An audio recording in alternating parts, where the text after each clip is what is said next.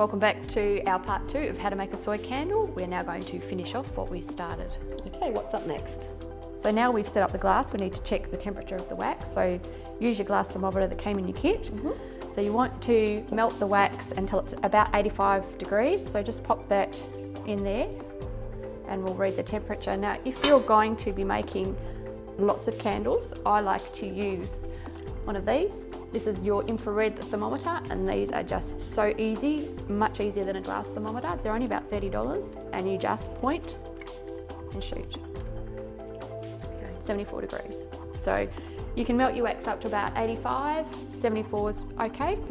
So we'll just let that heat up a little bit more. While that's heating up, we're going to measure out how much fragrance that we're going to use. Okay. Now, because we're using a medium Monaco, we need about, we're going to use about 8%. Okay. So there is our coconut lime. Now 8% of fragrance is based on how much wax that we use. So we used 165 grams of wax. 8% of 165 grams of wax is 13 mils. Okay. So we'll take our little measuring cup and we're just going to pour in 13 mils of fragrance. We're using coconut lime fragrance today. It is our most popular fragrance by far, and it's a beautiful summery fragrance. When we ship our fragrances, to stop any leakages, we actually put a drippolator inside. So just to make it a little bit easier for you, when you do get your fragrances, just take out your little drippolator from the inside. And now you can pour it in a lot easier. Lucky you're here, I would have been there for days. Okay. That email is beautiful. Alrighty. Okay, now all you need to do is just grab whatever you're going to use to stir your wax. We're going to use just a skewer, wooden skewer. Okay, so just pour it into, check your temperature of your wax. Okay, perfect. It's about 77 degrees, that's perfect. Okay, so just pour into your fragrance. Give it a stir. Lovely, and at this stage you'd also want to add your colour. So today we're going to use the lime green dye block. So you need some scissors for that, or a sharp knife. Okay. And just bring your pot just over here and we'll just set it on the bench. So you just take the side of the scissors, that's it, and just scrape along the edge of your block into your pot. So obviously, just like that, yep. And if you watch the shavings drop in, obviously the more shavings you put in, the darker your colour's going to be. So it depends on what colour that you want it. So you can just put in a little bit, and I'll show you a little tip in a minute of how to see your colour. So Alex, what actually got you into the world of candle making? It was about 13 years ago. I read an article about paraffin candles and how they could be really bad for you and breathing and the soot factor. So I did some research and found a wonderful product called soy wax, but we couldn't get it in Australia. It was only available in the US. So I imported some, started making candles for myself, and the rest is history. So it just started as a hobby? It just started as a hobby. Just doing it for myself. In your own lounge room? In my own lounge room, in my kitchen. And I still have my very first candle I ever made. So, oh, really? Yeah. All right, beautiful. So we'll just test the colour. So just give it a bit of a stir with your stick. So if you're not sure what colour your candle's going to turn out, just get some white paper. Greaseproof paper is really good. We've got a little bit of greaseproof paper there. So if you just want to lift that up, now just take your stick and just put a bit of wax on the end of your stick and just do a couple of drops onto the greaseproof paper. So just take a little bit more and drop it again on the top. That's it, just to make your drop a little bit bigger. Beautiful. Now when that dries, that will give you an indication of the colour. So if you want it a little bit darker, you need to add some more colour to it. So that's a beautiful lime green at the moment. So if you want to add just a tiny bit more colour, and then it should be ready to pour. Okay, just give that another stir. You need to really make sure that you stir your wax well to make sure that all the residue of the dye block has disappeared. Otherwise you'll get little spots of colour in your candle. So Alex, you mentioned before about the dangers with paraffin wax, and that's what made you seek out the soy. So when you're making candles, how do you choose the good quality? How do you know you've got quality products? A lot of research, a lot of trial and error. Yeah. We have set up a really good relationship with all of our suppliers. Glassware we get from China, we've been dealing with them for a long time. As you can see from the glassware, it's beautiful clarity, very clear, and same with the soy wax. We only source our soy wax, our dyes, our fragrances from the US. The US have been doing candle making for years and years and years. It's been going for quite a while in the US as compared to Australia. It's still only quite new in Australia. So tried and tested in the US. So just check the temperature of your wax. We'll use the infrared thermometer because it's easier. When your wax is about 71, 70, then you can pour it. So that's perfect. So we will pour that wax into your candle.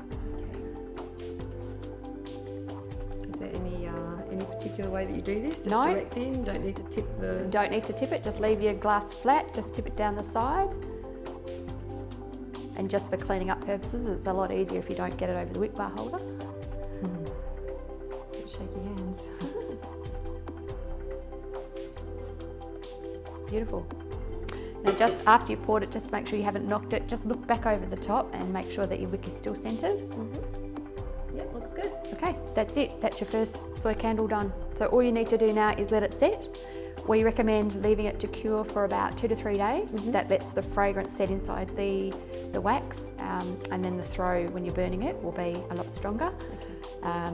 In terms of setting it, does it need to be, is like there an optimal temperature? Like where do you let them set? You will need to let them set wherever you make them. It's too hard to walk around with molten wax in your glass. But once it's set a little bit and it's gone a little bit hard, then you can move them to wherever you want. We do recommend that you don't leave them out in the cold like overnight. The change in temperature, soy wax does not like change in temperature, and that's when you're going to get frosting.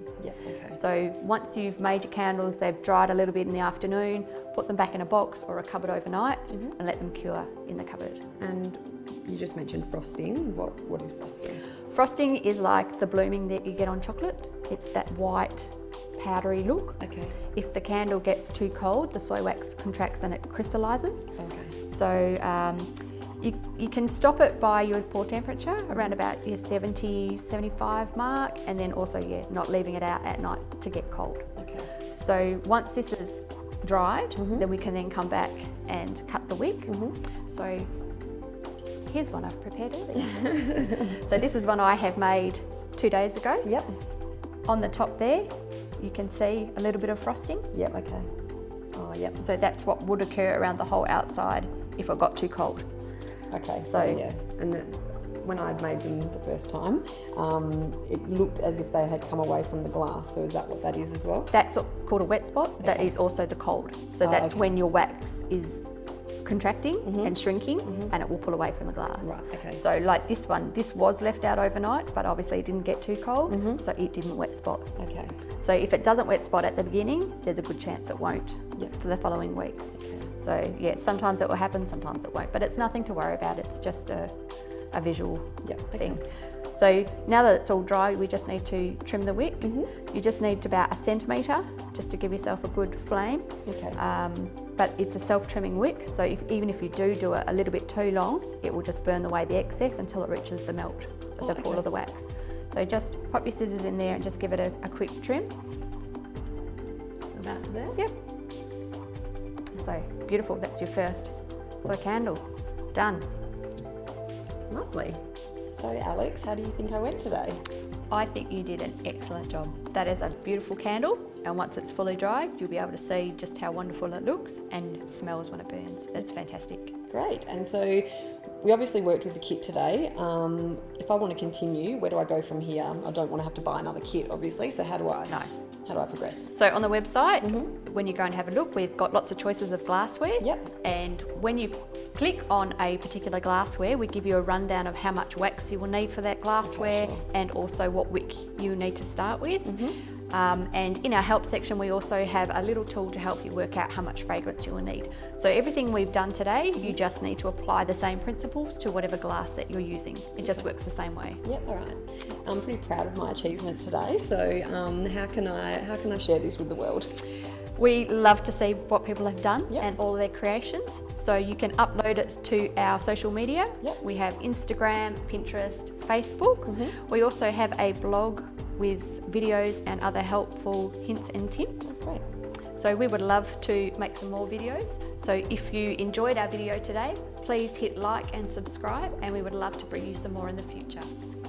And if we were going to share it on Instagram and Facebook, is there a hashtag you'd like us to use? Hashtag Aussie Candle Supplies. Okay, great. Lovely. So I look forward to when it dries and burning it. So thank you for being part of our candle demonstration today. Great, thank you.